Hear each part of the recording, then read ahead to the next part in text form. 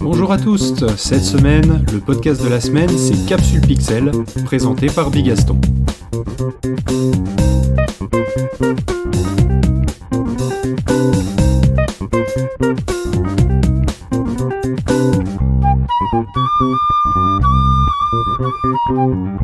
Bonjour Bigaston. Salut Phil. Alors, tu viens nous présenter ton podcast qui s'appelle Capsule Pixel.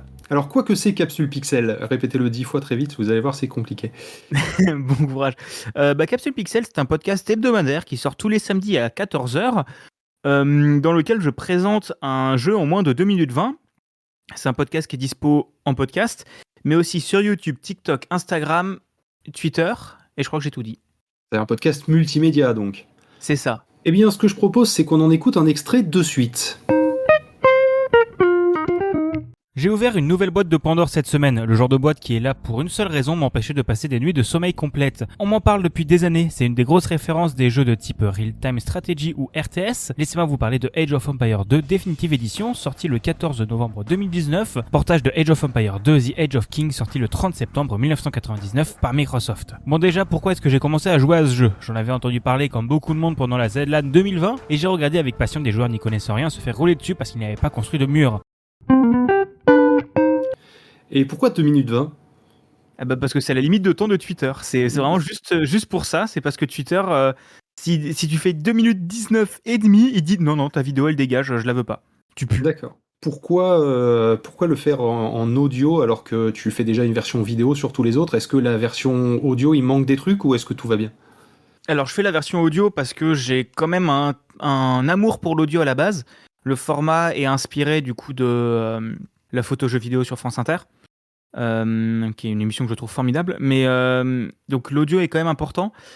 Je continue de le diffuser en audio parce que ma plus grosse partie de ma communauté pour le moment c'est du podcast, même si je pousse de plus en plus la vidéo, mais la vidéo globalement c'est l'audio sur lequel j'ai mis du gameplay, sans forcément énormément de recherche pour correspondre. Je corresponds à peu près à ce que je dis dans l'audio, mais c'est pas non plus une grosse vidéo, donc voilà. Donc c'est pour ça qu'il y a quand même l'audio, parce que ça reste la diffusion principale. Voilà. D'accord, donc c'est audio d'abord et la vidéo est là pour un peu illustrer, mais c'est pas, on manque rien quand on écoute la version audio uniquement. Oui, à part la gueule du jeu. Oui, forcément. Non, il manque rien. Alors, est-ce que tu aurais une raison de ne pas écouter Capsule Pixel? Et oui, parce que j'anime entre autres d'autres formats de podcast. Ça, c'est bien joué. T'as vu, j'anime entre autres un format qui s'appelle Les Manettes de Proust, que j'essaye de sortir 1 ou 2 fois par mois, dans lequel j'invite une personne dont j'apprécie le contenu pour qu'il nous parle du jeu de son enfance, avec vraiment orienté recherche d'anecdotes et vraiment souvenir. Donc le jeu est plutôt un support que le vrai sujet. Enfin, on en parle beaucoup, mais c'est quand même un support. Et j'ai pu recevoir entre autres TMDJC, j'ai pu recevoir j'ai pu recevoir Randall Flagg, Barberousse, il y a eu Sauvan, il y a eu toujours Thomas, il y a vraiment plein de gens super sympas. Donc j'en oublie beaucoup, hein, mais voilà, c'est la 2e saison et en cours depuis un peu plus d'1 an. Et ça marche, et je suis assez content. Voilà. Eh bien, et pour ceux qui n'aiment pas le jeu vidéo, est-ce que tu as d'autres créations?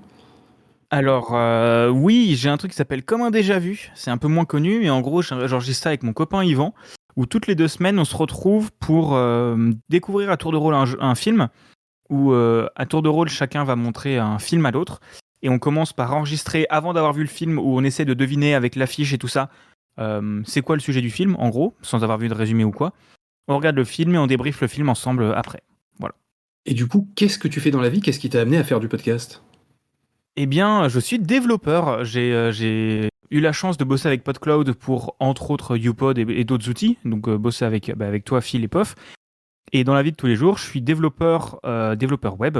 Et le podcast, c'est arrivé parce que j'aime beaucoup faire de la production Enfin, je voulais donner mon avis, je voulais discuter et partager des choses, sauf que je me trouve encore pas forcément agréable à regarder, que j'aime pas forcément mon image, et que l'audio, c'est quand même vachement moins chiant que faire de la vidéo, parce que quand tu fais une coupe, ça se voit pas.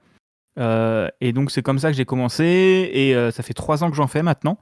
Et j'essaie de varier les formats parce que souvent, au bout de 6 mois, ça me saoule et donc je change de format. Mais il y a quand même des formats que je fais depuis plus de 3 ans. Donc les manettes de proue, c'est quasiment mon plus ancien. Autrement, je fais entre deux manettes avec un copain Budakin. Et voilà. Et ça tourne assez régulièrement. Voilà. Et autrement, du coup, j'ai parlé vite fait que je suis développeur. J'ai entre autres développé upod.io pour générer des vidéos à partir de votre podcast. J'ai développé Podchapter. J'ai développé... Le chapter qui permet de faire des chapitres sur votre fichier MP3. C'est ça, et d'ajouter tout plein de MP3 tags. J'ai créé un cartoucheur, donc pour lancer des audios comme des pads directement sur un site web. Enfin, j'essaye de maintenir à jour le site balado.tools, qui est une liste de curation de plein d'outils et de ressources pour le podcast, aider de tous ceux qui veulent aider à donner des références. Voilà. Un très joli parcours donc. Et donc du coup, pour finir, est-ce que tu connais un petit service qui s'appelle PodCloud ? Ah bah non, pas du tout. Bah si, bien sûr que je connais. PodCloud, j'ai parcouru plusieurs hébergeurs de podcasts. Je vais pas citer de concurrents, mais j'ai vraiment parcouru plusieurs concurrents. Et j'ai fini chez PodCloud quand les concurrents m'allaient pas et que je cherchais un truc un peu plus associatif et moins pro et agence de com à la con. Et j'ai Tu peux citer la tenté aussi... concurrence, hein, on n'a pas de Ah oui, problème. je peux citer la concurrence. Du coup, j'ai fait Buzzsprout, SoundCloud et Ocha. Et à chaque fois, soit ça me convenait pas, soit c'était trop cher. Et je suis venu chez PodCloud au début en hébergeant mes fichiers quand l'hébergement était pas lancé. Et après, je suis reparti en auto-hébergé, mais c'était trop de la merde parce que ça veut dire qu'il faut que je maintienne mon service, sauf que j'ai pas envie de maintenir mon service. Du coup, je suis retourné chez PodCloud. Comme ça, c'est pas moi qui gère les problèmes, c'est POF. Et ça m'arrange. Et vraiment, je suis chez PodCloud du coup depuis un peu plus depuis 2 ans, 3 ans.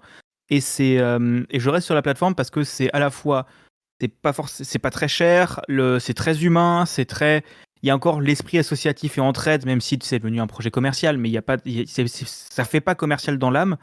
Et puis c'est aussi du coup Phil et Pof, du coup ces moments où je vous aime beaucoup, c'est 2 personnes qui m'ont beaucoup aidé en tant que développeur et en tant que gestion de projet, UX et tout ça, et financement. Pour lancer Upod, ils ont vraiment été là, enfin pour lancer Upod et pour beaucoup d'autres services, donc ils ont beaucoup été là pour moi, donc c'est un site que je peux que recommander parce qu'ils sont vraiment là pour l'entraide et pour aider les personnes qui font du podcast. Voilà. Je vais t'arrêter là parce qu'on va rougir. C'est un moment. Et donc voilà, est-ce que tu aurais et enfin, avant de se quitter, est-ce que tu aurais un conseil à donner à ceux qui hésitent à se lancer ?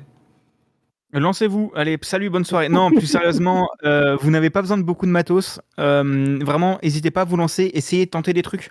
Si un format vous gave et que vous n'avez plus envie de le faire, ne vous forcez pas. Parce que plus vous vous forcerez, plus ça vous énervera et il y aura un blocage à la fin et ça risque de même vous dégoûter de la création de podcast. Donc vraiment, n'hésitez pas à tenter des trucs. Avec PodCloud, wink wink, vous avez le droit à un nombre infini de flux. Donc vraiment, faites des flux, tentez des trucs, faites du bordel.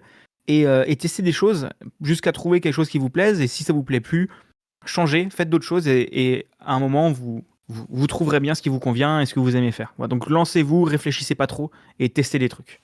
Eh bien, merci beaucoup, Big Gaston. Donc, on rappelle ton podcast, Capsule Pixel, qui parle de jeux vidéo en 2 minutes 20, c'est ça ? C'est ça, et si vous voulez en plus long, donc il y a les manettes de Proust et il y a Entre deux manettes, aussi dispo chez PodCloud. Vous retrouverez les liens dans la description de cet épisode. Au revoir et à la semaine prochaine. Salut!